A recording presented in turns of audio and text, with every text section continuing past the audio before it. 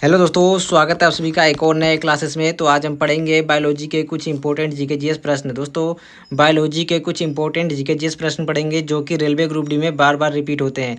Railway group D के exam में कई बार पूछे गए हैं। ये बायोलॉजी के कुछ इंपॉर्टेंट प्रश्न हैं, तो इन सभी को रट्टा मार लो, पढ़ लो मन लगा के, अगर आप रेलवे ग्रुप डी में बायोलॉजी में पूरा नंबर लाना चाहते हैं तो चलिए क्लास को शुरू करते हैं बिना किसी देरी के। आपका पहला प्रश्न है, मानव शरीर में रक्त शुद्ध करने का कार्य कौन सा अंग करता है? मानव शरीर में रक्त शुद्ध करने का कार्य कौन सा अंग करता है?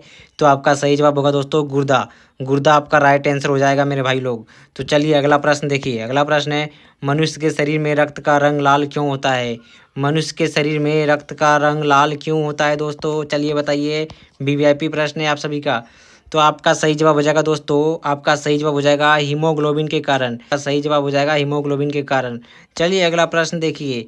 अगर आप सभी को कोई सा भी प्रश्न का आंसर आता होगा तो कमेंट सेक्शन में अपना जवाब देंगे। कमेंट सेक्शन में कमेंट करके बताएंगे कि ये वाला प्रश्न का आंसर ये होगा। तो चलिए आपका अगला प्रश्न है। आपका अगला प्रश्न है, मानव शरीर में सबसे बड़ा अंग कौन सा होता है? मानव शरीर में सबसे बड़ा अंग कौन सा होता है? तो आप लोगों का राइट आंसर होगा दोस्तों त्वचा। त्वचा आपका राइट आंसर होगा। त्वचा आपका राइट आंसर हो जाएगा। सभी बच्चे ध्यान देंगे, क्लास पे फोकस करेंगे। बहुत ही इंपॉर्टेंट प्रश्न आप सभी के लिए लेकर आया हूँ, तो आप लोग क्लास को मिस नहीं करना है। क्लास को पूरा एंड तक देखना है बच्चों, भागना नहीं क्लास को छोड़ के। आपका अगला प्रश्न है, मलेरिया का कारण बनने वाला जीवाणु कौन है? मलेरिया का कारण बनने वाला जीवाणु कौन सा है दोस्तों? किससे मलेरिया फैलता है? तो आपका राइट आंसर हो जाएगा प्लाज्मोडियम। प्लाज्मोडियम आपका राइट आंसर हो जाएगा। क्लास पे फोकस करेंगे सभी बच्चे, आपका राइट आंसर प्लाज्मोडियम हो जाएगा। चलिए अगला प्रश्न देखेंगे। पेचिश रोग किसके कारण होता है दोस्तों? पेचिश रोग किसके कारण होता है? चलिए बताइए। पेचिश रोग किसके कारण होता है? तो आप लोग सही जवाब देंगे दोस्तों, बैक्टीरिया के कारण होता है। ठीक है ना, बैक्टीरिया आपका राइट आंसर हो जाएगा। पेचिश रोग बैक्टीरिया के कारण होता है। चलिए अगला प्रश्न देखिए। अगला प्रश्न है, विटामिन सी की कमी से कौन सा रोग होता है दोस्तों? विटामिन सी की कमी से कौन सा रोग होता है? विटामिन सी की कमी से तो आपका राइट आंसर होगा दोस्तों, विटामिन सी की कमी से स्कर्वी रोग होता है। स्कर्वी आपका राइट आंसर हो जाएगा। ठीक है ना दोस्तों, स्कर्वी रोग होता है विटामिन सी की कमी से। चलिए अगला प्रश्न देखिए। अगला प्रश्न है, हृदय की धड़कन को नियंत्रित करने वाला भाग कौन सा है दोस्तों? हृदय की धड़कन को नियंत्रित करने वाला भाग कौन सा है?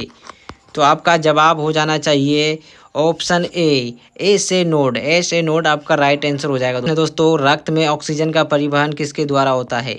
रक्त में ऑक्सीजन का परिवहन किसके द्वारा होता है? तो आपका राइट आंसर हो जाएगा लाल रक्त कोशिकाएं के कारण। आरबीसी दोस्तों, आरबीसी आपका राइट आंसर हो जाएगा लाल रक्त कोशिकाएं के कारण। चलिए अगला प्रश्न देखिए। आपका अगला प्रश्न है, प्लाज्मा का मुख्य घटक क्या है? प्लाज्मा का मुख्य घटक क्या है दोस्तों? तो आप लोगों का राइट आंसर हो जाएगा जल। जल आपका राइट आंसर हो जाएगा। चलिए क्लास को जल्दी जल्दी से खत्म करना है। आपका अगला प्रश्न है, मच्छर के काटने से कौन सा रोग फैलता है? मच्छर के काटने से कौन सा रोग फैलता है? तो आप लोगों का सही जवाब हो जाएगा डेंगू। डेंगू आपका राइट आंसर हो जाएगा। आपका अगला प्रश्न है, किस विटामिन को सनशाइन विटामिन कहते हैं? किस विटामिन को सनशाइन विटामिन कहते हैं? चलिए बताइए, किस विटामिन को सनशाइन विटामिन कहते हैं? Vitamin A, vitamin B, vitamin D, vitamin K? तो आपका राइट आंसर हो जाएगा विटामिन डी दोस्तों। विटामिन डी को सनशाइन कहते हैं, सनशाइन विटामिन कहते हैं। तो आपका राइट आंसर विटामिन डी हो जाएगा। चलिए अगला प्रश्न देखिए। अगला प्रश्न है, मस्तिष्क का कौन सा भाग संतुलन बनाए रखता है? मस्तिष्क का कौन सा भाग संतुलन बनाए रखता है? तो आपका सही जवाब हो जाएगा ऑप्शन बी दोस्तों। ऑप्शन बी आपका राइट आंसर होगा सेरेबेलम। सेरेबेलम आपका राइट आंसर हो जाएगा। चलिए अगला प्रश्न देखिए। इंसुलिन हार्मोन किस ग्रंथि से स्रावित होते हैं? इंसुलिन हार्मोन किस ग्रंथि से स्रावित होते हैं? स्रावित होते हैं दोस्तों, किस ग्रंथि से बाहर आते हैं? इंसुलिन हार्मोन किस ग्रंथि से स्रावित होते हैं? तो आपका राइट आंसर हो जाएगा अग्नाशय। अग्नाशय आपका राइट आंसर हो जाएगा दोस्तों। आपका अगला प्रश्न है, लाल रक्त कोशिकाएं कनिकाएं लाल रक्त कनिकाओं लाल रक्त कोशिकाओं का निर्माण कहाँ होता है?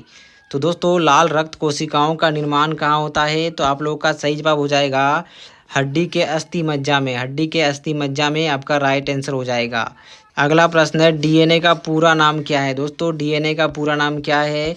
तो आपका राइट आंसर हो जाएगा डीऑक्सी रिबोन्यूक्लिक एसिड।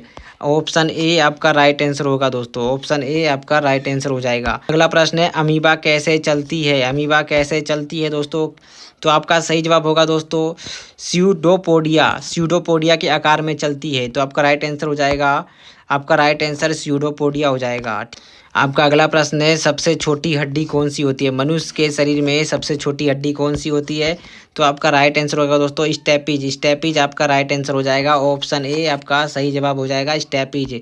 स्टेपीज आपका सही जवाब होगा दोस्तों। चलिए अगला प्रश्न देखिए। प्रश्न है, रक्त का थक्का जमाने में कौन सहायक है? रक्त का थक्का जमाने में कौन सहायक है? कौन मदद करता है रक्त को थक्का जमाने में? तो आपका राइट आंसर होगा प्लेटलेट्स।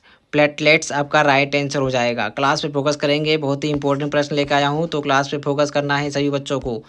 रक्त समूह की खोज किसने की? दोस्तों आपका अगला प्रश्न है, रक्त समूह की खोज किसने की? तो आप लोग का राइट आंसर हो जाएगा कार्ल लैंडस्टीनर ने। कार्ल लैंडस्टीनर आपका राइट आंसर हो जाएगा। अगला प्रश्न है, हड्डियों और दांतों में कौन सा खनिज पाया जाता है? दोस्तों हड्डियों और दांतों में कौन सा खनिज पाया जाता है?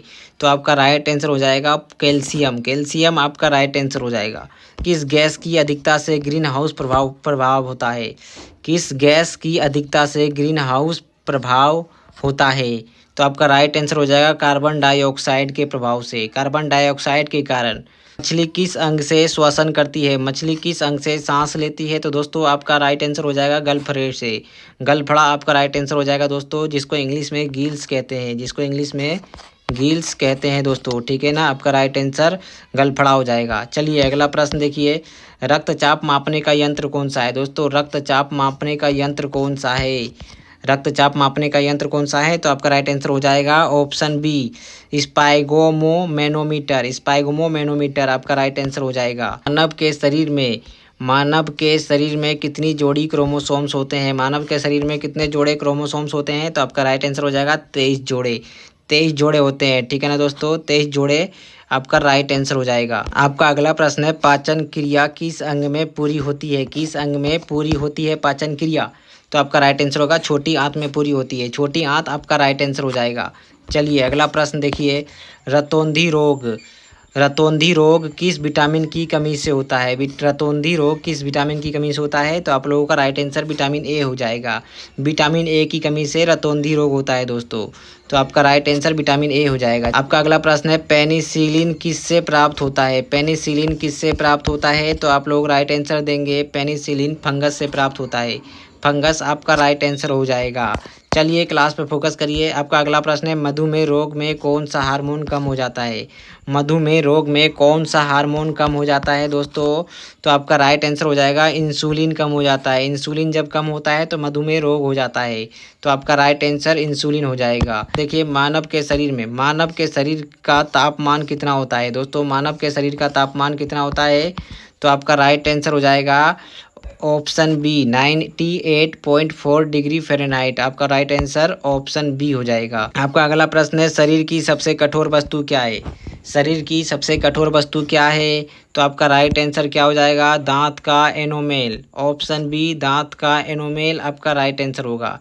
दांत का एनामेल आपका राइट आंसर हो जाएगा। मानव शरीर में सबसे लंबी हड्डी कौन सी है? मानव शरीर में सबसे लंबी हड्डी कौन सी है? फीमर है, टिबिया है, ह्यूमरस रस है या रेडियस है? तो आपका राइट आंसर हो जाएगा फीमर। फीमर आपका राइट आंसर हो जाएगा। अगला प्रश्न है, रक्त में किस धातु की उपस्थिति होती है? रक्त में कौन सा धातु पाया जाता है, उपस्थिति होती है? बताइए रक्त में किस धातु की उपस्थिति होती है? तो आपका राइट आंसर हो जाएगा लोहा आयरन। आपका राइट आंसर लोहा हो जाएगा। चलिए अगला प्रश्न देखिए, श्वसन क्रिया में कौन सी गैस बाहर निकलती है? जब मनुष्य सांस लेता है तो कौन सी गैस बाहर निकलती है दोस्तों? श्वसन क्रिया में कौन सी गैस बाहर निकलती है? जब हम सांस लेते हैं तो कौन सी गैस बाहर निकलती है? तो आपका राइट आंसर कार्बन डाइऑक्साइड हो जाएगा। कार्बन डाइऑक्साइड आपका राइट आंसर हो जाएगा। आरबीसी का जीवन काल कितना होता है? आरबीसी का जीवन काल कितना होता है रेड ब्लड सेल का? तो आपका राइट आंसर होगा 120 दिन होता है उनका जीवन काल। 120 दिन आपका राइट आंसर होगा। चलिए सही बच्चे क्लास में फोकस करेंगे, इसी तरह से मन लगा के पढ़ाई करेंगे। आपका अगला प्रश्न है, दूध में कौन सा शर्करा पाया जाता है? दूध में कौन सा शर्करा पाया जाता है? तो आपका राइट आंसर हो जाएगा लैक्टोज। लैक्टोज आपका राइट आंसर हो जाएगा दोस्तों। थायराइड ग्रंथि से कौन सा हार्मोन निकलता है? थायराइड ग्रंथि से कौन सा हार्मोन निकलता है? तो आपका राइट आंसर हो जाएगा थायरोक्सिन। थायरोक्सिन आपका राइट आंसर हो जाएगा। आपका अगला प्रश्न है, विटामिन B1 की कमी से कौन सा रोग होता है? विटामिन B1 की कमी से कौन सा रोग होता है? तो आप लोगों का राइट आंसर होगा बेरी आपका राइट आंसर हो जाएगा। चलिए अगला प्रश्न देखिए, पौधों में भोजन बनाने की प्रक्रिया को क्या कहते हैं? पौधों में भोजन बनाने की प्रक्रिया को क्या कहते हैं? पौधे अपना भोजन प्रकाश के संश्लेषण में करते हैं, तो आपका राइट आंसर प्रकाश के संश्लेषण हो जाएगा। आपका अगला प्रश्न है, पानी में घुला ऑक्सीजन मापने का यंत्र कौन सा है? पानी में जो घुला ऑक्सीजन होता है उसको कैसे मापा जाता है, किससे मापा जाता है? तो आपका राइट आंसर हो जाएगा ऑप्शन बी, डोलीमीटर से मापा जाता है। डोलीमीटर आपका राइट आंसर हो जाएगा। आपका लास्ट प्रश्न है, हीमोफीलिया किस प्रकार की बीमारी है? हीमोफीलिया किस प्रकार की बीमारी है? तो दोस्तों हीमोफीलिया होता है रक्त ना जमना हीमोफीलिया बीमारी का कारण बनता है। तो आपका राइट आंसर हो जाएगा रक्त ना जमना हीमोफीलिया बीमारी जैसी कारण बनती है। तो चलिए आपका क्लास आज यहीं पे ख़त्म होता है। अगर क्लास आपको थोड़ा सा भी अच्छा लगा हो तो क्लास को सब्सक्राइब करना, अपने दोस्तों को शेयर करना, बहुत ही इंपॉर्टेंट प्रश्न है। तो चलिए आप सभी को मिलते हैं नेक्स्ट क्लास में।